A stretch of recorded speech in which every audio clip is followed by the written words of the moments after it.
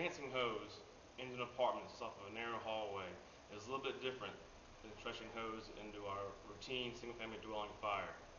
In our routine fire, we have the whole front yard to stage hose. We'll lay our hose up perpendicular to our entry point, which makes easy push into the room. In an apartment that's off a hallway or an office, you don't have the luxury of a big yard to stage your hose. You're confined to just a narrow hallway, so the hose has to be laid out parallel to the entry point. At that point, you're left with two options: stage your hose on the hinge side of the door or the lock side of the door. By just taking a few moments to stage your hose properly, you can save yourself a lot of aggravation and you push into the fire. When faced with making a stretch into an apartment off a narrow hallway, it's best to stage your working length of hose, which is the last section of hose, and your nozzle on the hinge side of the door. The reason being is this: almost all doors open up against a wall. By doing so, when you open that door and staging your hose on the hinge side, you readily expose the majority of the body of fire to the nozzle crew initially. If the nozzle crew chooses to stage your hose on the lock side of the door, what happens is as soon as they open the door, directly in front of them will be a wall, and they won't have the majority of the body of the fire upon it opening. In this example, the nozzle crew stage their hose improperly. They stage their hose and the nozzle on the doorknob or the lock side of the door.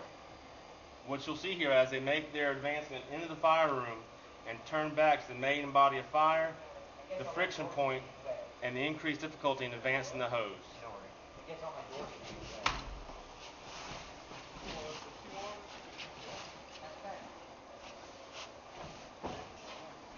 In this example, the nozzle crew took just a minute to stage their hose and their nozzle properly.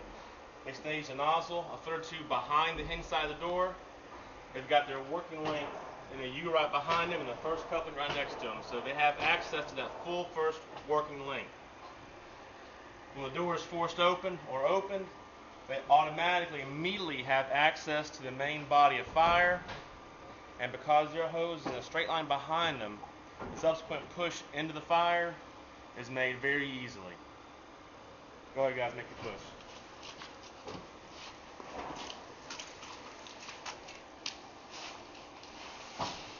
Now we're going to have a look at how the whole evolution should play out. The nozzle crew in this scenario has made it into a stairwell. They've made their connection to the standpipe, or they've jacked hose upstairs, either case, but they're in the stairwell and they're ready to make their push into the fire apartment off the hallway. The nozzle crew starts making their way out.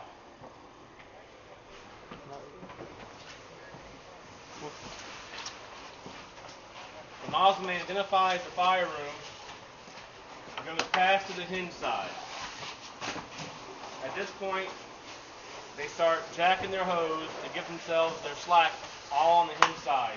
He wants that working length, that first coupling on the hinge side with him. Once they got their hose staged, the nozzle crew then meets back up. The truck will have forced the door, or they access the door. And from this position, they can start making their attack.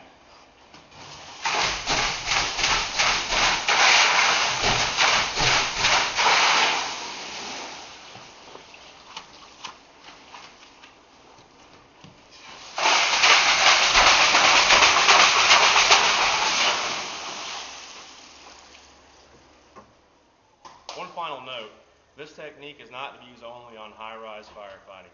Anytime you don't have the ability to stretch the hose out perpendicular and you're forced to stretch it out parallel to the entry point, this technique can work. The second floor of McCove Apartments, Silver Point, Microtel, all these places in our jurisdictions that have narrow hallways that fire rooms sit off of, this technique will work and make the initial push much easier for the nozzle crew.